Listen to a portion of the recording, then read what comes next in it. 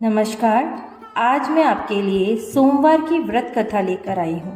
कथा शुरू करने से पहले आपसे निवेदन है कि यदि आपने मेरे चैनल को सब्सक्राइब नहीं किया है तो कृपया मेरे चैनल को सब्सक्राइब कीजिए, साथ ही बेल आइकन को भी हिट कीजिए जिससे मेरे नए वीडियो की नोटिफिकेशन आपको तुरंत प्राप्त हो सके।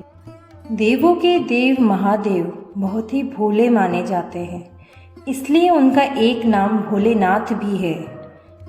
पौराणिक मान्यता अनुसार भगवान शंकर को प्रसन्न करने के लिए किसी भी तरह के खास विशेष पूजन की आवश्यकता नहीं होती है, क्योंकि कहा जाता है कि वह तो भोले हैं और भक्त की मन से की गई क्षणिक मात्र की भक्ति से ही वह प्रसन्न हो जाते हैं। अगर आप भी शिव की भक्ति और कृपा पाने के लिए सोमवार का व्रत करते हैं तो इस कथा से भोलेनाथ को प्रसन्न कर सकते हैं। एक बार एक नगर में एक साहूकार था। उसके घर में धन की कोई कमी नहीं थी, लेकिन उसे संतान सुख नहीं था, जिस कारण वह बहुत दुखी रहता था।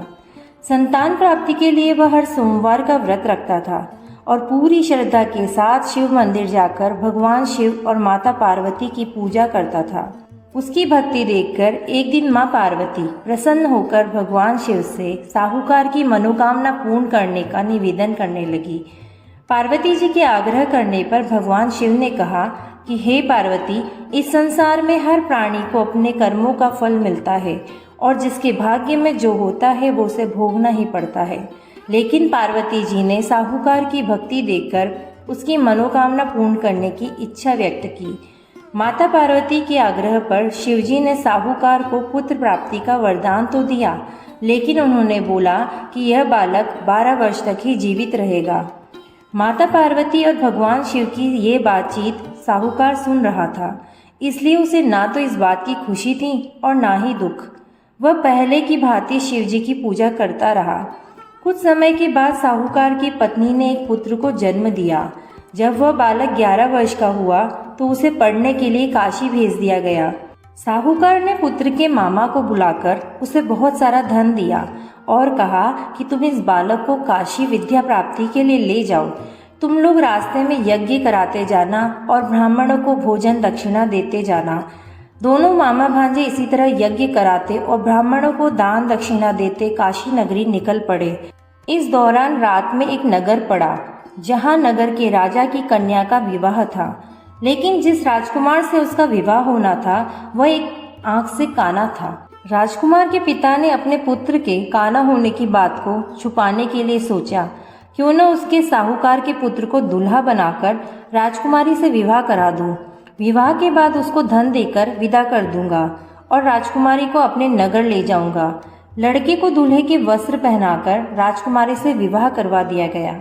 साहूकार का पुत्र ईमानदार था, उसे यह बात सही नहीं लगी, इसलिए उसने अवसर पाकर राजकुमारी के दुपट्टे पर लिखा कि तुम्हारा विवाह तो मेरे साथ हुआ है, लेकिन जिस राजकुमार के संग तुम्हें भेजा जाएगा वह एक आंख से काना है।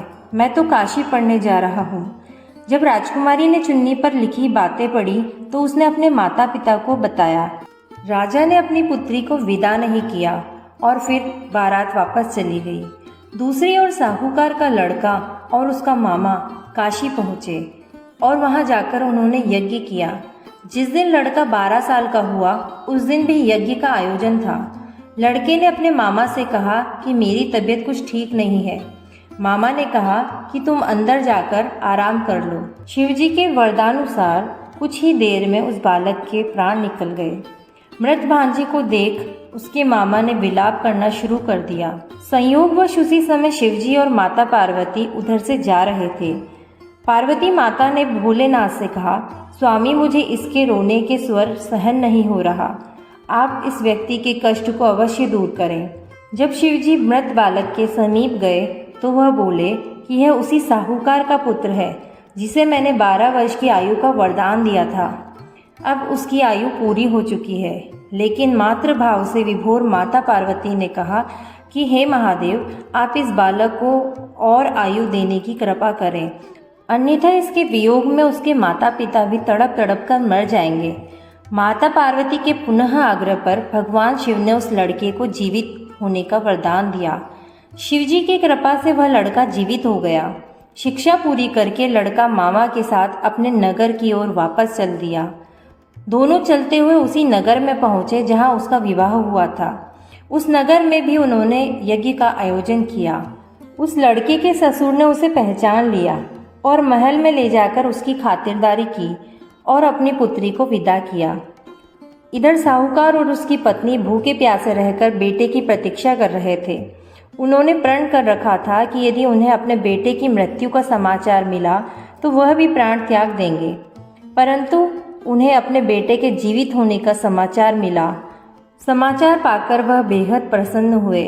उसी रात भगवान शिव ने साहूकार के स्वप्न में आकर कहा, हे श्रेष्ठी, मैंने तेरे सोमवार के व्रत करने और व्रत कथा सुनने से प्रसन्न होकर तेरे पुत्र को लंबी आयु प्रदान की है। इसी प्रकार जो कोई सोमवार व्रत करता है या कथा सुनता है और पढ़ता है, उसके सभी दुख दूर होते हैं और सभी मनोकामनाएं पूर्ण होती है। ओम नमः शिवाय। जय श्री कृष्ण।